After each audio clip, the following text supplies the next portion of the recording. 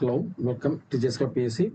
എല്ലാ അധ്യാപക സുഹൃത്തുക്കൾക്കും ഉദ്യോഗാർത്ഥികൾക്കും ടീച്ചേഴ്സ് ക്ലബ് PSCയിലേക്ക് സ്വാഗതം. അപ്പോൾ നമ്മൾ ഇന്നലെ രാത്രി ഒരു വീഡിയോ അപ്ലോഡ് ചെയ്തിട്ടായിരുന്നു, അതായത് SSA പ്രൈമറി ടീച്ചറിൻ്റെ വേക്കൻസിയാണ്. അപ്പോൾ അത് പല വെബ്സൈറ്റുകളും ഗവൺമെൻറ് വെബ്സൈറ്റിൽ നിന്ന് തന്നെ വന്ന വാർത്തയാണ്. പക്ഷേ അത് ഒന്ന് രണ്ട് പേര് അപ്ലൈ ചെയ്യാൻ നോക്കിയപ്പോൾ എന്ത് ചെയ്യുക, അതിൻ്റെ ഫീസ് സാധാരണയായിട്ട് നമ്മൾ ഏത് ഗവൺമെൻറ് ഏജൻസിയിൽ അപ്ലൈ ചെയ്യാൻ നോക്കിയാലും ആ ഏജൻസിയിലേക്കാണ് ക്യാഷ് പോകുന്നത്. റെയിൽവേ ആയാലും KVS ആയാലും NVS ആയാലും EMRS ആയാലും അങ്ങനെയുള്ള ഏത് ഇപ്പം ഡൽഹി സബോർഡിനേറ്റ് സർവീസ് ആയാലും ഇപ്പം അതുപോലെ തന്നെ primary teacher, third grade primary teacher Assam വിളിച്ചിട്ടുണ്ട്.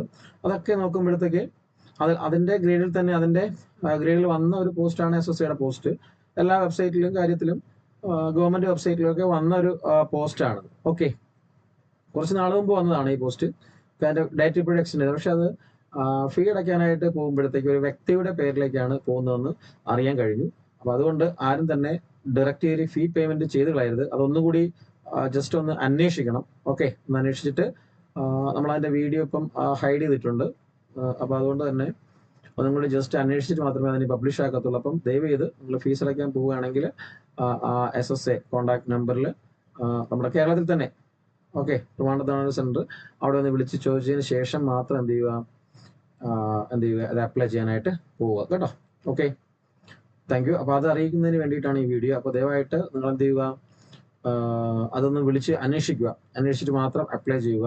ഇങ്ങനൊരു ഇഷ്യൂസ് വന്നതുകൊണ്ടാണ് അത് ഫീ പേയ്മെന്റ് മോഡിലേക്ക് നമ്മൾ മാറുമ്പോൾ ഇപ്പോൾ ഇവിടെ എല്ലാം വേക്കൻസികൾ ഓരോന്നായിട്ട് വന്നിട്ടുണ്ടല്ലോ. ഇത് കണക്ക് ആ സൈറ്റിൽ, ഇതാണ് ആ സൈറ്റിൽ ഇങ്ങനെ വന്നിട്ടുണ്ട്.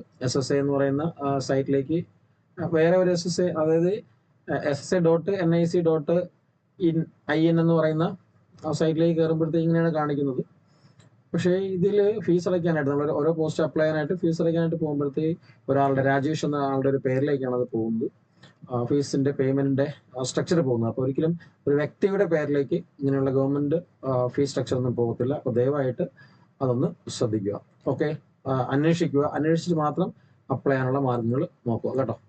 അങ്ങനൊരു സംവിധാനമുണ്ട്, എന്താണെന്ന് അന്വേഷിക്കുക. Okay, thank you. അപ്പോൾ അതറിയിക്കുന്നതിന് വേണ്ടിയിട്ടാണ് ഈ വീഡിയോ. Okay, thank you.